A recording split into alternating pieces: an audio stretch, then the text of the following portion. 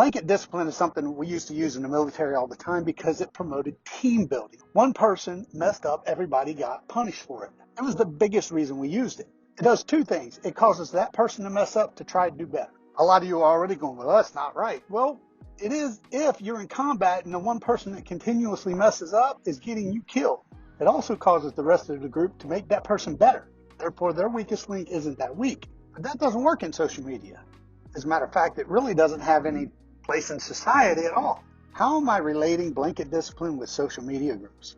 I love social media groups. Why? Because I can learn things from people that are in that field or in that genre of life that are actually doing it. They have all the experience that I don't have and need.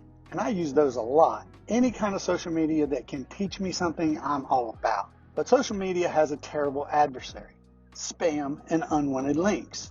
So as an admin, they have to go discern whether every post is spam or unwanted links versus things that they want in their group. And that's a lot of work. I've ran a lot of social groups in the past, and they are work. And they were never anywhere near as big as some of the groups that I'm a part of in Facebook. After studying this subject, I'm going to give you the three biggest reasons that I found why they blanket discipline on their groups. Number one, they don't understand the software.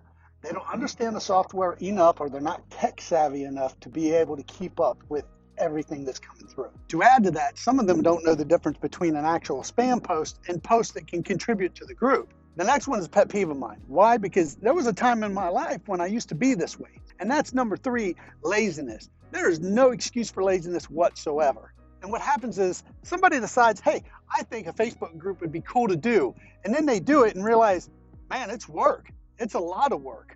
And I know, because I've ran a lot of big groups in the past, and they're nothing compared to some of the groups that I belong to. And it was work. It's easy to fix 2 out of 3 of those problems. Number one, if they're not tech savvy, it's easy to find tech information online. YouTube's full of videos on how to do these different social groups, et cetera, et cetera. Number two, all groups grow. Whether it's slow or fast is irrelevant. If you're online long enough, your group will grow. It's going to get out of hand. But you can reach out to folks either in your group, family, friends, people you know at work, whatever. You can find somebody to help you admin that group. And if you're one of those admins that just can't get over laziness, it's an easy fix. Simply give up your control. Let those of us who want to move society forward do the job. We don't mind the work. If you're in a social group that blanket disciplines, you got one of 3 choices. Buck up and stay in there and get over it. Get out, or quite simply, raise your voice. Let them know what's going on and give them alternatives. That's the end of my rant. If you've made it this long, strike that like button for me. Subscribe. Hit that bell. That'll tell you when content hits the channel. If you know of a social media group that blanket disciplines, by all means, share this video with them. Go be awesome. And if one of you think I'm wrong about this, no cookies for anybody.